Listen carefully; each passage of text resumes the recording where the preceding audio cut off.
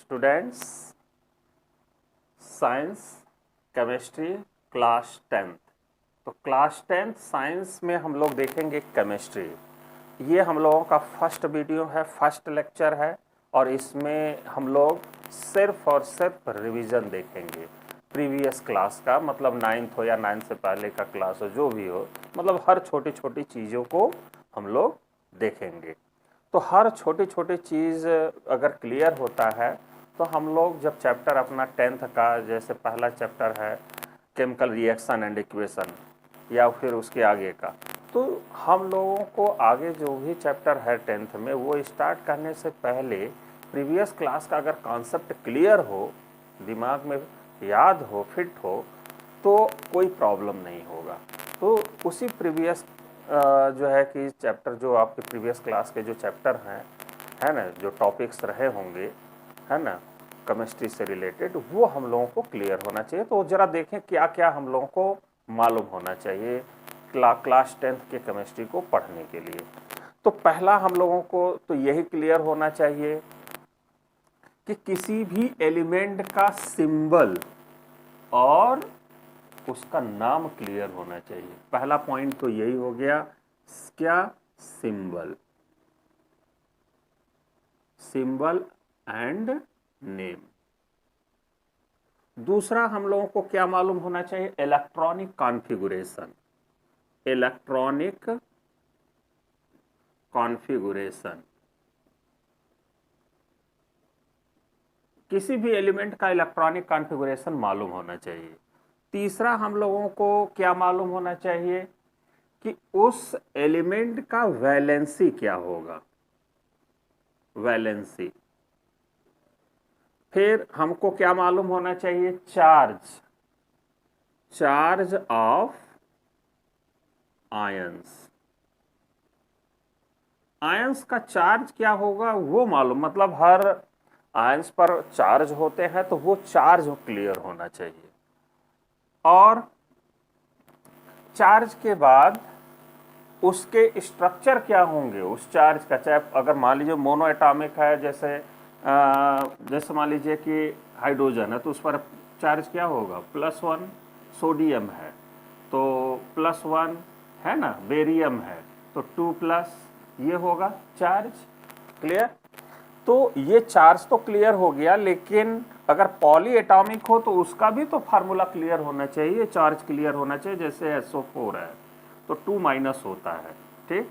तो ये इसका स्ट्रक्चर और ये चार्ज क्लियर होना चाहिए। तो ये हो गया चार्ज ऑफ आयंस। और लास्ट में हम लोग ये देखेंगे कि उनके स्ट्रक्चर क्या होंगे। Formula, formula and structure, structure of molecule, ठीक है, मॉलिक्यूल या कंपाउंड, ठीक है, मॉलिक्यूल या कंपाउंड्स। तो क्या क्या हो गया? सिंबल, उसके नाम, electronic configuration, valency, charge, formula और स्ट्रक्चर। ये सब छोटी छोटी चीज़ें क्लियर होना चाहिए। जैसे हम लोग थोड़ा सा रिवीजन कर लेते हैं, ठीक है। जैसे मान लीजिए सिंबल और नाम तो आप लोगों को क्लियर है ही, है ना, क्योंकि हम लोग 10th में भाई अब पहुंच गए हैं तो सिंबल और नाम तो क्लियर ही होगा। अब आगे हम लोग बढ़ते हैं इलेक्ट्रॉनिक कॉन्फ़िगरेशन। इलेक्ट्रॉनिक कॉन्फ़िगरेशन में आप लोग जैसे सीखे होंगे कि किसी भी एलिमेंट का कैसे करते हैं। जैसे एक एग्जांपल लेकर के हम लोग देख लें। जैसे मान लीजिए कि सोडियम है, ठीक है, Na, उसका एटॉमिक नंबर होता है 11। तो आप लोग जानते हैं कि इसका इलेक्ट्रॉनिक कॉन्फ़िगरेशन क्या होगा? 1s2 2s2 2p6 3s1। ऐसा आप बाहु प्रिंसिपल के अनुसार इलेक्ट्रॉनिक कॉन्फ़िगरेशन 9th क्लास में ज़रूर पढ़े होंगे। अच्छा, इसी को आप बोहर एंड बरी के अनुसार भी तो जानते हैं। भाई ये फर्स्ट क्लास पहला सेल है, ये दूसरा है, ये तीसरा है, इसमें 2, इसमें 8 हो गए, 6 2 8 और इसमें बचा 1, ये 1। तो बोहर बरी के अनुसार ये होगा। इस तरह से किसी भी एलिमेंट का आप इलेक्ट्रॉनिक कॉन्फ़िगरेशन अच्छी तरह से जानते हैं। ठीक है। तो आप लोगों को कम से कम 1 to 30, 1 से 30 यानी एटॉमिक नंबर 1 to 30 एलिमेंट्स का इलेक्ट्रॉनिक कॉन्फ़िगरेशन बहुत अच्छे से आना चाहिए। तो हम 1 से 25 तक के एलिमेंट का इलेक्ट्रॉनिक कॉन्फ़िगरेशन हम आपको दिखाते हैं, और उसमें क्या क्या दिखा रहे हैं, atomic number, name of the element, symbol, electronic configuration by Aufbau principal.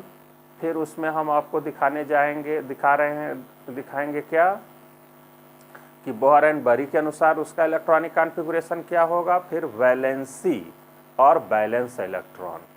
तो वैलेंसी और बैलेंस इलेक्ट्रॉन, ये दो चीज़ हम लोग यहाँ समझ लेते हैं, और फिर वो हम लोग पूरी लिस्ट दिखाते हैं आपको।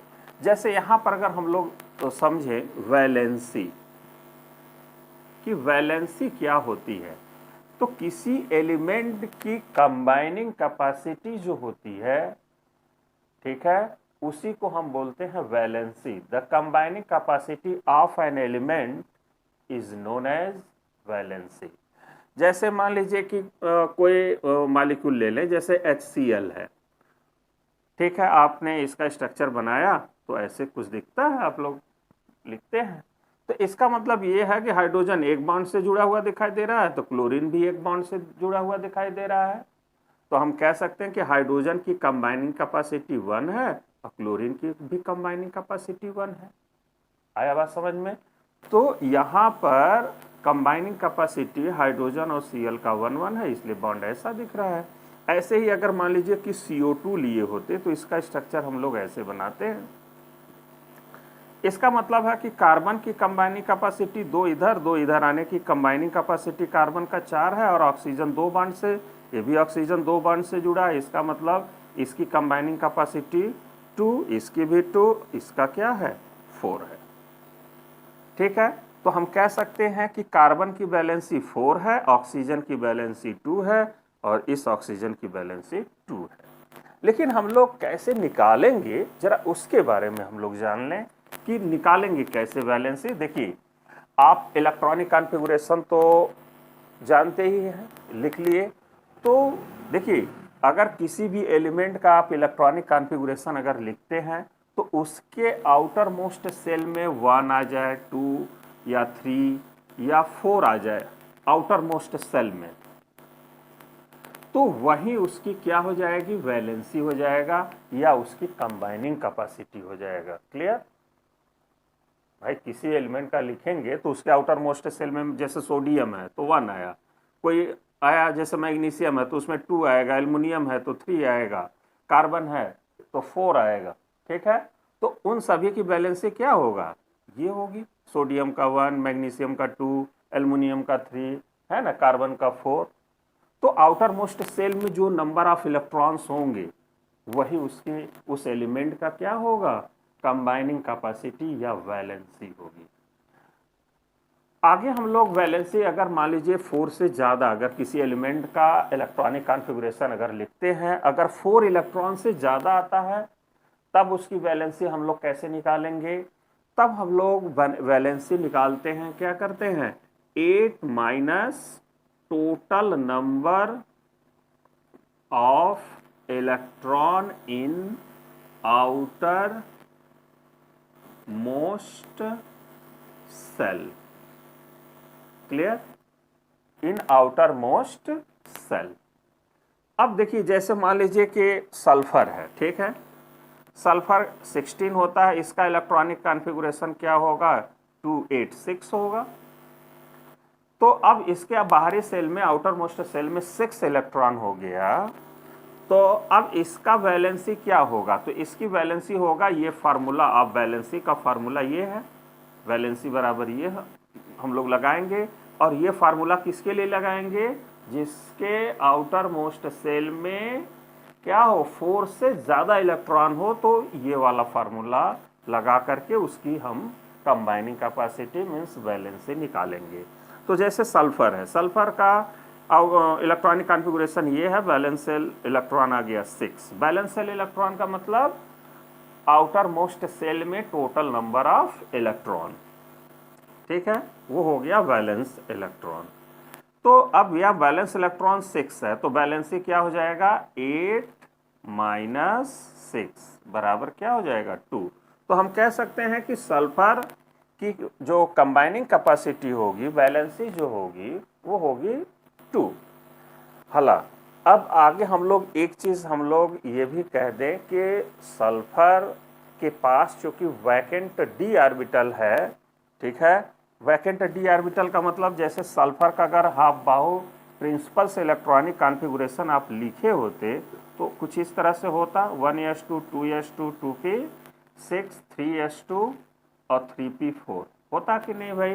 तो इसमें 3d तो पूरी तरह से खाली है, तो जिस एलिमेंट में ये 3d पूरी तरह से खाली है, जिस एलिमेंट में 3d ऑर्बिटल खाली होते हैं, उसकी कंबाइनिंग कैपेसिटी कितना और ले लेंगे, जितना उसके आउटर मोस्ट सेल में इलेक्ट्रॉन होगा, उसकी कंबाइनिंग कैपेसिटी जितना उसके आउटर मोस्ट सेल में इलेक्ट्रॉन होगा उतनी होगी, ठीक है। तो उस जैसे सल्फर है तो उसकी कंबाइनिंग कैपेसिटी 2 भी लेंगे और 6 भी लेंगे। तो ये बात क्लियर हो गया कि हम 2 और 6 क्यों ले रहे हैं, ठीक है। 6 इसलिए ले रहे हैं क्योंकि उसके पास वैकेंट डी ऑर्बिटल है, ठीक है, तो अपनी वैलेंसी को एक्सपैंड कर सकता है, ठीक है। तो एक्सपैंड वही एलिमेंट करते हैं जिसके पास वैकेंट डी ऑर्बिटल होते हैं, जैसे सल्फर है, ठीक है। तो सल्फर की वैलेंसी 2 भी हो गया 6 भी हो गया। तो आप लोग समझ गए होंगे कि वैलेंसी हम किसी भी एलिमेंट का कैसे निकालेंगे, ओके। और वैलेंस इलेक्ट्रॉन तो समझे गए, total number of electron in outer most shell, तो ये इसका वैलेंस इलेक्ट्रॉन 6 सल्फर का। अब आगे हम लोग देखते हैं, हम लोग जैसा हमने कहा कि 1 से लेके 25 एलिमेंट्स का हम क्या देखेंगे, एक लिस्ट देखेंगे। तो जरा वो लिस्ट हम लोग देखें और अपनी कॉपी में आप लोग नोट भी करेंगे और एक बार रिवाइज भी कर लेंगे, ठीक है। तो जरा देखें, ये आप लोगों के सामने है पूरी लिस्ट, जरा इसमें देखें क्या क्या हम लोगों को दिखाई दे रहा है। अगर देखा जाए तो ये एलिमेंट्स हैं, ये आपका सिंबल है, इलेक्ट्रॉनिक कॉन्फ़िगरेशन हाफ बाहु प्रिंसिपल के अनुसार है, और ये आपका बोहर एंड बरी के अनुसार है, ये वैलेंसी है, और ये कॉलम बता रहा है बैलेंस इलेक्ट्रॉन को। तो इसको हम लोग नोट भी करेंगे और याद भी रखेंगे, तो हम लोग अगला चैप्टर बड़े आराम से पढ़ सकते हैं, जो कोई दिक्कत कोई प्रॉब्लम नहीं होगा। तो इसको आप लोग जो है कि अच्छे से इसको देख लीजिए, याद कर लीजिएगा कि कैसे हम लोगों को लिखना है। इसका अगर चाहें तो स्क्रीनशॉट भी ले सकते हैं आप लोग, स्क्रीनशॉट ले लीजिए, ले लिया, ठीक, स्क्रीनशॉट ले लिए होंगे। अब इसको जूम करके आप लोग अपनी कॉपी में नोट कर लेंगे। अब आगे हम लोग आगे देखते हैं, ठीक है, ले लिया। तो अब ये आप लोग इलेक्ट्रॉनिक कॉन्फ़िगरेशन देख लिए पूरी लिस्ट। अब आगे हम लोग देखते हैं चार्ज ऑफ आयंस, यानी केटायंस और एनायन पर जो चार्ज होते हैं वो क्लियर होना चाहिए। जैसे एक एग्जाम्पल के रूप में ले लें, जैसे मान लीजिए कैल्शियम है, ठीक है, तो कैल्शियम पर कितना चार्ज होता है 2+। सल्फेट है, उस पर चार्ज कितना होता है 2-। अब अगर इन दोनों से जो फार्मूला बनाना होता है किसी कंपाउंड का, जो आप लोग यूज करेंगे पहले ही चैप्टर में क्लास 10 के, तो वो फार्मूला आपको बनाने आना चाहिए।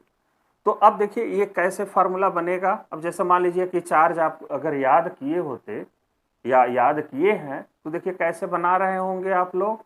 भाई ये चार्ज कैल्शियम पर 2+ का मतलब है कि इसकी वैलेंसी 2 है और SO4 की वैलेंसी क्या है 2 है। अब दोनों का जब सेम होता है तो हम लोग इसको क्या करते हैं, इग्नोर कर देते हैं, तब इसको रिपोर्ट नहीं करते हैं, या 2 से कैंसिल कर देंगे, तो ये 1 अब 1 रिपोर्ट नहीं करेंगे। तो इसका फार्मूला आप लोग क्या लिख देते हैं CaSO4, क्लियर।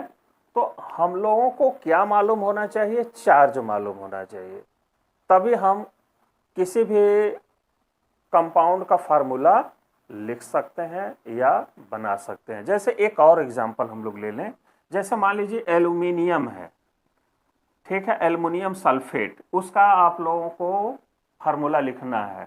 तो एल्युमिनियम और सल्फेट इन दोनों का चार्ज क्या हो मालूम होना चाहिए। जैसे इस पर 3+ होता है और इस पर क्या होता है 2-। क्लियर। या इसकी वैलेंसी हम 2 कह सकते हैं, इसकी वैलेंसी 3 कह सकते हैं, कंबाइनिंग जो कैपेसिटी होगी। तो अब यहां पर हम लोग क्या करते हैं, ये यहां पर चला जाता है, ये यहां पर क्रिस क्रॉस कर देते हैं। मतलब ये वैलेंसी यहां पर, ये वैलेंसी यहां पर लिख दें, तो इसका स्ट्रक्चर इस कंपाउंड का क्या बन जाएगा, स्ट्रक्चर कहने का मतलब फार्मूला। यहां पर क्या हो जाएगा Al2।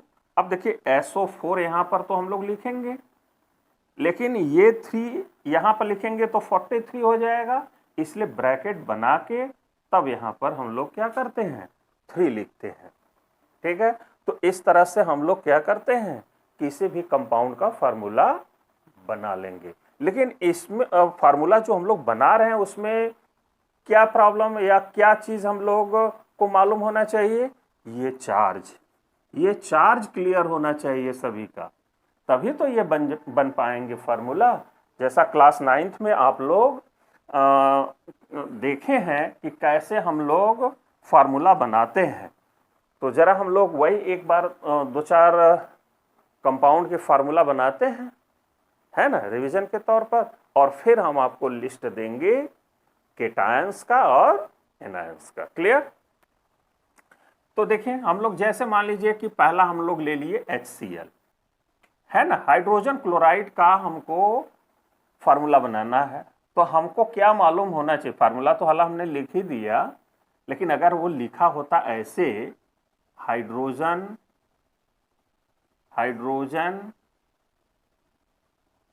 क्लोराइड, तो हाइड्रोजन क्लोराइड लिखा होता तो हमको मालूम है कि हाइड्रोजन का सिंबल ये है, क्लोराइड मीन्स क्लोरीन का सिंबल ये है।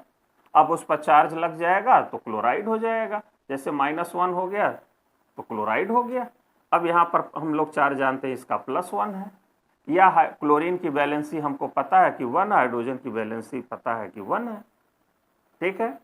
तो ये हो गया सिंबल, ये हो गया उसकी वैलेंसी, या ये हो गए उसके चार्ज। तो अब हम लोगों को फार्मूला कैसे लिखेंगे, ये यहां पर और ये यहां पर। हमेशा एलिमेंट के राइट हैंड साइड नीचे हम लोग ये वैलेंसी को रिपोर्ट करते हैं। क्लियर। क्रिस क्रॉस अपोजिट, इसका इसके बगल में और इसका इसके बगल में। तो अब ये फार्मूला हो जाएगा क्या HCl। भाई यहां भी 1, यहां भी 1, चूंकि 1 को रिपोर्ट नहीं किया जाता है, ठीक है, उसको लिखते नहीं है, तो फार्मूला क्या हो गया ये HCl। ऐसे ही आगे अगर हम लोग देखें, ये तो हो गया हाइड्रोजन क्लोराइड का HCl। अब हम लोग दूसरा अगर लें सोडियम नाइट्रेट का, तो सोडियम नाइट्रेट। अब इसका हम लोग सिंबल जानते हैं सोडियम का Na, और नाइट्रेट का हम लोगों को मालूम होना चाहिए NO3। चार्ज इस पर -1, इस पर +1, इसकी वैलेंसी क्या होगी 1, जो चार्ज वो वैलेंसी। ठीक है। अब लेंगे हमेशा जो चार्ज रहेगा वही वैलेंसी मान लेंगे। क्लियर। तो अब यहां पर इसकी भी वैलेंसी 1, तो ये यहां पर, ये यहां पर, तो क्या बन जाएगा फार्मूला इसका, यहां लिख देते हैं, ये बन गया क्या NaNO3, क्योंकि दोनों तो 1-1 है, इसलिए क्या होगा यहां भी 1 यहां भी 1 इग्नोर करेंगे, NaNO3 हो जाएगा। अब हम लोग थोड़ा बदल के लेते हैं तीसरा, जैसे हम लोग ले लिए कैल्शियम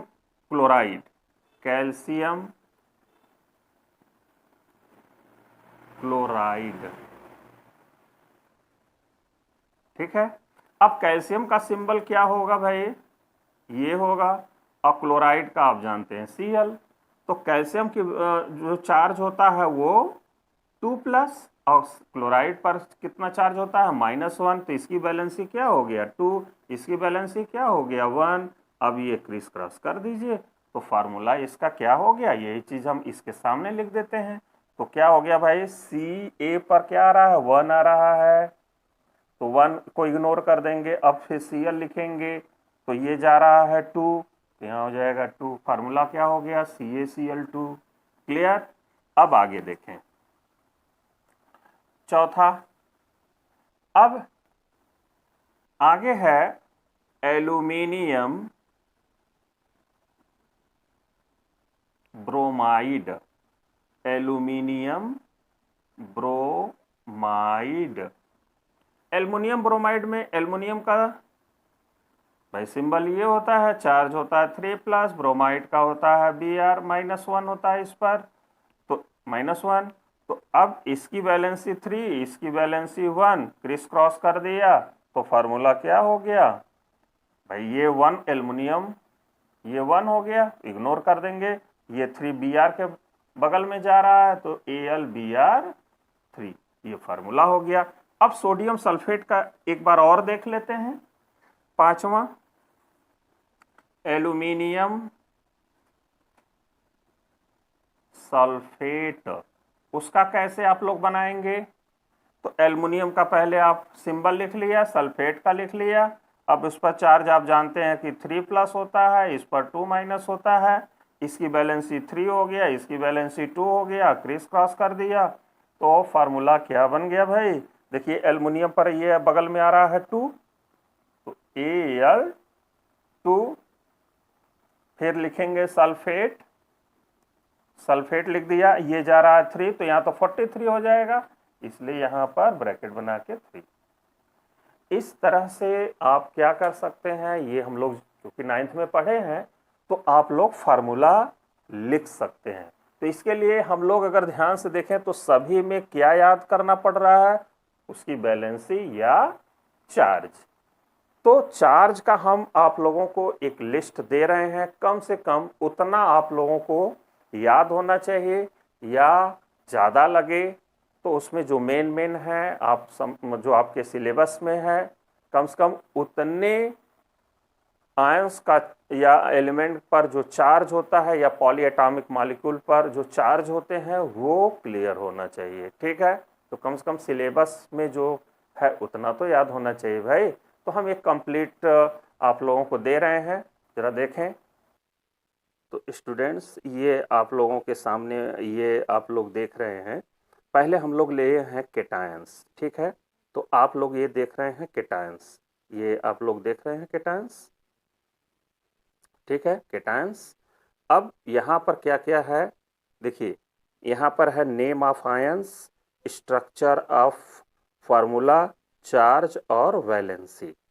क्लियर। तो ये सबसे पहले केटायंस का हम लोग देखें, एक एक करके जो है कि आप लोग देखते जाइए, चाहे तो स्क्रीनशॉट भी ले सकते हैं। ठीक है, ये एक साथ आप चाहें तो स्क्रीनशॉट भी ले सकते हैं। ठीक है, ले लिया।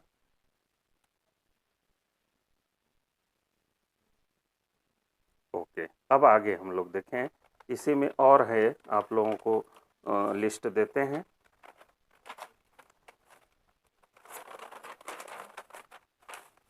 ये है आपका आगे,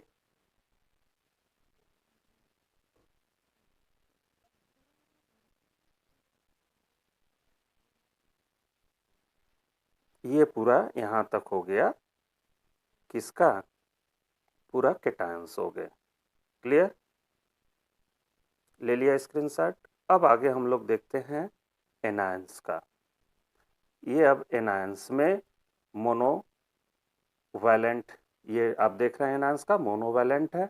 अब आगे बढ़ते हैं मोनोवैलेंट का, और आगे ये मोनोवैलेंट एनायंस का ही है, पूरा आप लोग इसको नोट करेंगे।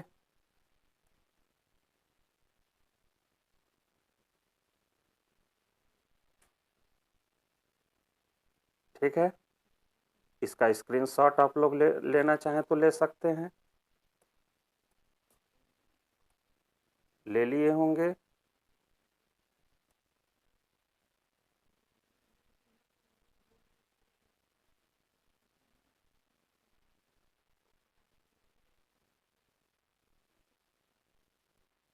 अब आगे बढ़ते हैं।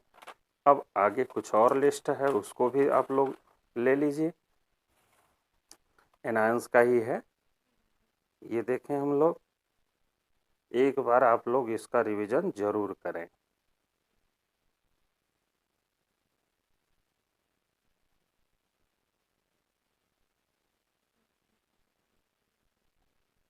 देख लिया?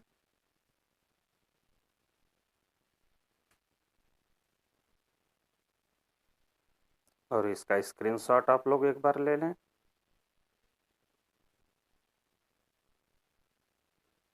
ले लिया? गुड।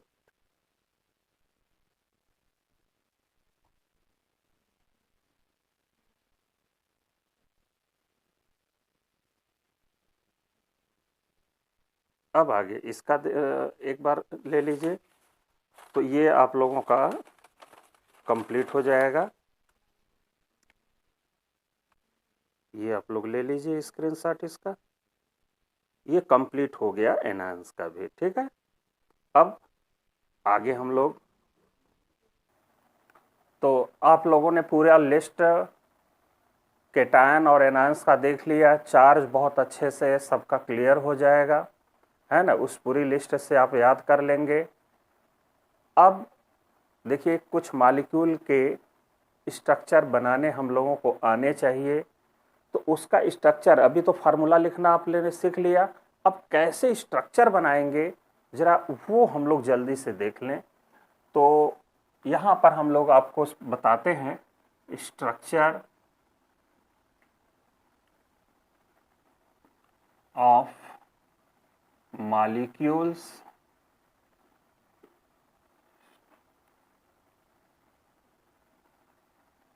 तो स्ट्रक्चर में जैसे मान लीजिए कि पहला पॉइंट हमने ले लिया ए बी टाइप का, ठीक है, ए बी। मान लीजिए कि ए की वैलेंसी 1 है और बी की भी वैलेंसी 1 है, तो फार्मूला आपका क्या बनेगा? ए बी ही बनेगा। मतलब ए एक बॉन्ड से, बी भी एक बॉन्ड से जुड़ेगा, तो उसका स्ट्रक्चर क्या होगा? स्ट्रक्चर क्या होगा भाई? ए सिंगल बॉन्ड, बी होगा। क्लियर? अब दूसरा हम लोग पॉइंट लेते हैं, ए बी, सॉरी ऐसे ए बी लेते हैं, इसकी बैलेंसी 1 और इसकी बैलेंसी 2 कर देते हैं। मतलब ए की कंबाइनिंग कैपेसिटी 1 और बी का 2। तो फार्मूला देखिए कैसे बनेगा, मतलब ये 1 यहाँ 2 यहाँ पर, तो ये हो जाएगा A2B। क्लियर? A2B होगा। अब इसका स्ट्रक्चर बनाने के लिए जिसकी कंबाइनिंग कैपेसिटी ज्यादा, मीन्स जिसकी वैलेंसी ज्यादा हो, उसको हम लोग क्या करेंगे? उसको पहले लिख देंगे, ठीक है। और इसकी कंबाइनिंग कैपेसिटी 2 है, तो इनके दो बॉन्ड हम ऐसे दिखाएंगे। लेकिन ध्यान दें कि ये दोनों बॉन्ड अपने से मैक्सिमम डिस्टेंस पर हो। तो 180 पर रहेगा तो ये मैक्सिमम डिस्टेंस होगा। अच्छा, मैक्सिमम डिस्टेंस हम क्यों रख रहे हैं? हम इसलिए रखते हैं कि वो मॉलिक्यूल ज्यादा से ज्यादा स्टेबल हो सके। क्लियर? वो मॉलिक्यूल क्या हो? ज्यादा स्टेबल हो सके। हालांकि इसके लिए आगे चल करके VSEPR थियरी बताया गया क्लास 11th में केमिकल बॉन्डिंग में, है ना। यूनिट हम लोग वहां पर अगर देखेंगे तो ये आप लोगों का मतलब 4th यूनिट है। 3rd में पीरियोडिक टेबल है, 4th यूनिट में मिलेगा। क्लियर? तो वहां पर VSEPR थियरी बताया गया। तो वहां पर मॉलिक्यूल के स्ट्रक्चर बनाने के लिए क्या क्या चीजों को हम लोगों को ध्यान में देना चाहिए, वहां पर डिटेल बताया गया है। लेकिन यहां पर हम लोग देखें कि थोड़ा सा उसका एक चीज ले लें कि भाई हर बॉन्ड को मैक्सिमम डिस्टेंस पर रखना है। हम उस थियरी से बस इतना हम लोग जान लें, ठीक। तो हम लोग मैक्सिमम डिस्टेंस रख दिए। अब ए की कंबाइनिंग कैपेसिटी 1 है, तो है टोटल कितना? 2। तो एक हम इधर लिख दें, एक इधर लिख दें, हो गया स्ट्रक्चर इसका। अब हम लोग तीसरा पॉइंट लेते हैं, ठीक है। तीसरे में हम लोग ले लेते हैं, उसी को उलट दें, इसका कंबाइनिंग कैपेसिटी 2, इसका 1, यानी बैलेंस इसका 2 और इसका 1। तो अब इसका फार्मूला क्या हो जाएगा, AB2 होगा। तो अब इसमें स्ट्रक्चर अगर बनाएं तो सबसे पहले किसको हम लोग लिखेंगे, जिसकी कंबाइनिंग कैपेसिटी ज्यादा हो तो A को पहले लिखेंगे, और इसके तरफ भाई 2 है बैलेंसी तो 2 बॉन्ड लगा दिया, वो भी मैक्सिमम डिस्टेंस पर। अब B का 1 है तो एक B को यहां जोड़ दें, एक B को यहां जोड़ दें, हो गया स्ट्रक्चर। आया बात समझ में। अब हम लोग जरा इनके एग्जाम्पल को अगर देखें इन तीनों के, जैसे इसमें एग्जाम्पल क्या हो सकता है, एक एग्जाम्पल लें तो इसमें एग्जाम्पल क्या हो सकता है, जैसे HCl ऐसा होगा स्ट्रक्चर। इसमें अगर एग्जाम्पल दें जैसे H2O है ना, H2O, तो H2O को हम कैसे दिखाएंगे, ऐसे। इसकी वैलेंसी 2 है, हाइड्रोजन की वैलेंसी 1 है। हालांकि हमने बेंड क्यों किया, क्योंकि इसके पास लोन पेयर है, तो लोन पेयर क्या करेगा, इसको बेंड कर देता है, रिपल्सन होता है इलेक्ट्रॉन इलेक्ट्रॉन के बीच में, इसलिए ये बॉन्ड 180 पर नहीं होता है बल्कि बेंड हो जाता है। उसका स्ट्रक्चर कुछ इस तरह से हम लोग बनाते हैं। तो सेंट्रल एटम पर अगर लोन पेयर आ जाएगा तो उसके बॉन्ड को क्या करेंगे, बेंड कर देंगे। अब तीसरा स्ट्रक्चर अगर हम लोग ध्यान दें तो इसका एग्जाम्पल क्या होगा, जैसे BeCl2, BeCl2 तो क्या होगा, B यहां पर, अब यहां पर तो लोन पेयर है नहीं इसलिए बिल्कुल स्ट्रेट लिखेंगे, ठीक है। इसका स्ट्रक्चर ये हो गया। अब अगला एग्जाम्पल हम लोग लें, अगला एग्जाम्पल, अगला एग्जाम्पल में हम लोग फोर्थ पॉइंट ऐसे ले लें, जैसे मान लीजिए कि AB है और इसकी वैलेंसी 2 है, इसकी वैलेंसी 3 है, तो इससे फार्मूला क्या बन गया, A3B2 बन गया ना। स्ट्रक्चर क्या होगा भाई, तो स्ट्रक्चर इसके जो होंगे, इसका देखिए इसकी कंबाइनिंग कैपेसिटी किसका ज्यादा है, B का, तो पहले B को लिख लो, है ना। लेकिन यहां पर ध्यान दें कि ये है 2, तो 2 लिखेंगे तो 2 देखिए ऐसे लिखे। अब इसकी कंबाइनिंग कैपेसिटी है तो ऐसे लिख दें, देखिए A की कंबाइनिंग कैपेसिटी 2 है तो यानी बैलेंसी 2 है, तो A को हम यहाँ डबल बॉन्ड से जोड़ दें, भाई 2 बॉन्ड से ये जुड़ेगा, ये 3, अब 3 हो गया। फिर हम A को लिख दें और फिर यहाँ पर डबल बॉन्ड करके B लिख दें, फिर A लिख दें, है ना। देखिए यहाँ पर हम लोग ध्यान दें तो ये है आपका सिंगल, क्योंकि यहाँ सिंगल हमने क्यों किया, क्योंकि A की बैलेंसी क्या है, 2 ही है भाई, तो एक सिंगल इधर एक सिंगल इधर, B का 3 है इसलिए 3 बॉन्ड लगा दिया, और A का 2 है यहाँ पर डबल बॉन्ड लगा दिया, ये हो गया स्ट्रक्चर। आया बात समझ में। अब बड़ी बात ये है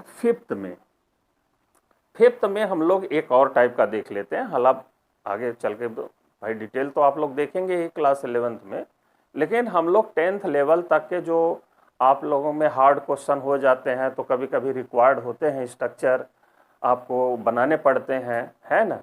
जैसे बेसिसिटी पूछ लिया या कुछ और क्वेश्चन हो गए तो बनाना पड़ता है स्ट्रक्चर, तो उसके लिए हम लोग बिना थियरी का ही हम लोग जिस तरह से हम आपको बता रहे हैं उस तरह से बनाने की कोशिश करेंगे, तो वो आपका स्ट्रक्चर सही होगा।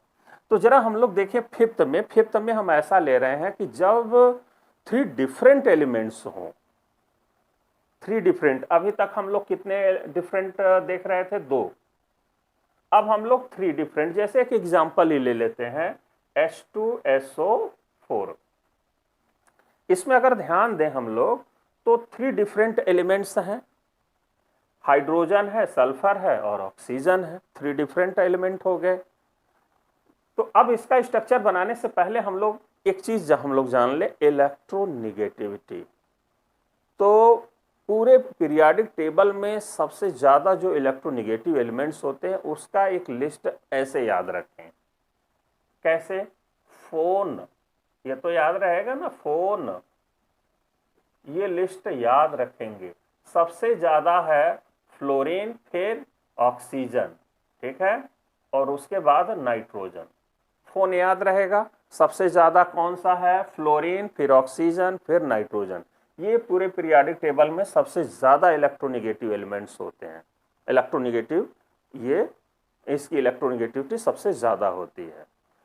तो इलेक्ट्रोनेगेटिविटी का मतलब, हमारे कहने का मतलब यहां पर यह है कि it is the relative tendency of an atom to attract the shared paired electron towards itself. मतलब किसी भी एलिमेंट में अपने तरफ इलेक्ट्रॉन खींचने की जो टेंडेंसी होती है, उसी टेंडेंसी को हम इलेक्ट्रोनेगेटिविटी कह रहे हैं, या उसी को इलेक्ट्रोनेगेटिविटी कहा जाता है। तो ये इलेक्ट्रोनेगेटिविटी का गुण कब आता है एलिमेंट में? जब उसके आउटर मोस्ट सेल में जनरली क्या हो, 4 से ज्यादा इलेक्ट्रॉन जब बढ़ने लगते हैं, तब वो एलिमेंट इलेक्ट्रोनेगेटिव होता चला जाता है, ठीक है। क्योंकि वो ऑक्टेट को पूरा करने के लिए, वो अपने बैलेंस सेल को में 8 इलेक्ट्रॉन कंप्लीट करने के लिए वो दूसरों से इलेक्ट्रॉन लेना चाहता है। वो अट्रैक्ट इसीलिए करता है, अपने आप को स्टेबल करने के लिए। आउटर माने कि बाहरी कक्षा में 8 इलेक्ट्रॉन, बाहरी सेल आउटर मोस्ट सेल में 8 इलेक्ट्रॉन को कंप्लीट करने के लिए वो दूसरों से जो इलेक्ट्रॉन लेता है, उसी लेने की जो टेंडेंसी होती है, उसी को इलेक्ट्रोनेगेटिविटी कहते हैं। आ गया होगा बात समझ में? तो अब यहाँ पर हम लोग जरा देखें इसका स्ट्रक्चर कैसे बनाएंगे। तो इन तीनों में अगर देखें तो हाइड्रोजन, सल्फर और ऑक्सीजन में ऑक्सीजन क्या है? मोर इलेक्ट्रोनेगेटिव के लिस्ट में है। तो इसको अभी एक पल के लिए क्या करें हम लोग, है ना, इसको अलग कर लें। तो बचा कौन? सल्फर और हाइड्रोजन। तो सल्फर और हाइड्रोजन में वैलेंस इलेक्ट्रॉन किसके पास ज्यादा? तो सल्फर के पास ज्यादा। जैसे आप कैसे निकाल लिए कि ज्यादा है? तो देखिए, सल्फर का एटॉमिक नंबर होता है 16। आप लोग 1s2, 2s2, 2p6, 3s2, 3p4, यहां पर अगर देखा 6 4 10, ये मतलब 16 हो गए। तो अब यहां हाफ बाहु के अनुसार अगर देखा जाए तो 2 8 और ये 4 2 6 ये होंगे। तो बैलेंस इलेक्ट्रॉन क्या होता है? आउटर मोस्ट सेल में नंबर ऑफ इलेक्ट्रॉन्स होते हैं, ठीक है। तो आउटर मोस्ट सेल में 6 इलेक्ट्रॉन है, ठीक है। तो इसकी देखिए कंबाइनिंग कैपेसिटी हमने शुरुआत में क्या बताया था कि 8 में से माइनस कर दीजिएगा 6, क्योंकि बाहरी सेल में 6 इलेक्ट्रॉन हो गया, 4 से ज्यादा होता है तो 8 में से माइनस करके वैलेंसी निकालते हैं। लेकिन यहां पर अगर ध्यान दें तो इसके बाद 3D, इसी के बाद अगर इसका अगर एनर्जी लेवल का ऑर्डर देखें तो 3D आता है, ठीक है, 3D सब सेल। तो अब ये 3D में कोई इलेक्ट्रॉन नहीं है, या हम यूं कहें कि इसके ऑर्बिटल खाली हैं। तो जिनके पास वैकेंट d ऑर्बिटल खाली होते हैं, वो अपनी वैलेंसी को एक्सपैंड कर सकते हैं, बढ़ा सकते हैं। और कितना बढ़ाएंगे? जितना उसके बाहरी सेल में इलेक्ट्रॉन होगा। क्लियर? तो हम कह सकते हैं कि सल्फर की कंबाइनिंग कैपेसिटी यहां पर क्या होगी? 6 होगी। ये अपने आप को एक्सपैंड कर लेगा क्योंकि इसमें 3D ऑर्बिटल खाली है। क्लियर? तो अब यहां पर इसको अभी हमने कहा कि इसको छोड़ दीजिए, बचा हाइड्रोजन और सल्फर। तो सल्फर को हम सेंट्रल एटम बना लेंगे क्योंकि उसके पास बैलेंस सेल इलेक्ट्रॉन हाइड्रोजन से ज्यादा है। हाइड्रोजन में 1 है, सल्फर में 6 है। तो यहां पर हमने लिख लिया सल्फर। तो 6 आउटर मोस्ट सेल में है, इसका मतलब इसकी वैलेंसी 6 है। तो अब यहां पर 6 बॉन्ड बना लेंगे हम लोग। 6 बॉन्ड बना लिए क्योंकि 6 बॉन्ड से ही ये जुड़ना चाहेगा। तो 6 बॉन्ड बना लिए। अब बाकी जो ऑक्सीजन और हाइड्रोजन है, अब इनको जोड़ देते हैं उसके बॉन्ड से। तो अब देखिए, ऑक्सीजन की भी कंबाइनिंग कैपेसिटी 2 यानी बैलेंसी 2 है। अब ऑक्सीजन को 2 बॉन्ड से हमने जोड़ दिया, यहां भी ऑक्सीजन को 2 बॉन्ड से जोड़ दिया।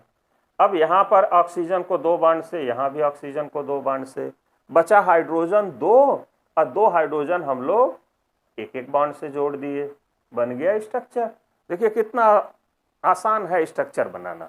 एक और एग्जांपल हम लोग अगर ले लें, है ना, जैसे यहां पर हम लोग ले लेते हैं H3PO4, H3PO4। अब यहां पर फास्फोरस होगा तो उसका एटॉमिक नंबर होता है 15, ठीक है। अब 15 होगा तो यहां पर 3 हो जाएगा, अब यहां पर क्या हो जाएगा 5। ये हो गया उसका इलेक्ट्रॉनिक कॉन्फ़िगरेशन।